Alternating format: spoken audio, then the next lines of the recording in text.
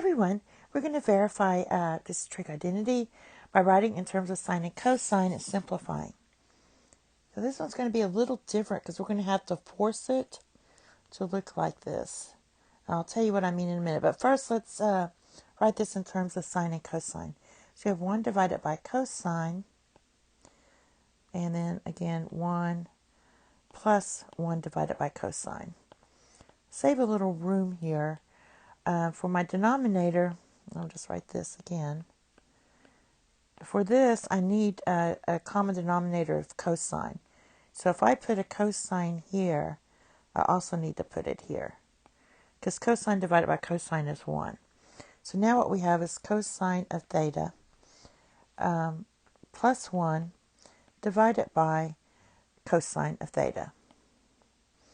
Now with your division properties, I know that A divided by B and then divided by C divided by D equals A divided by B times D divided by C. So what happens is these two cancel. And what you're going to get is 1 divided by cosine theta plus 1. Now what happens is we need this. And it's nowhere close to that. But I do know that 1 plus cosine of theta times 1 minus cosine of theta equals 1 minus cosine of theta squared, which equals sine squared.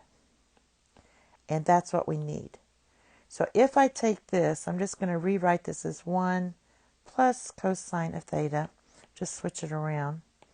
You can do that. And now what we're going to do is multiply the denominator by 1 minus cosine of theta. If I multiply the denominator by 1 minus cosine of theta, I have to do the numerator as well. Which, look what happens. The numerator gives me my 1 minus cosine of theta. My denominator, like we said before, gives you 1 minus cosine squared of theta, which equals sine squared of theta. So we finally have 1 minus cosine of theta divided by sine squared of theta. So we had to, the more you do trig identities, usually when you're doing the easier ones, it just kind of falls into place. But this one didn't fall into place. So you have to force it. You have to think of something to get it to match up. So that was our technique. Thank you. Have a nice day. Bye-bye.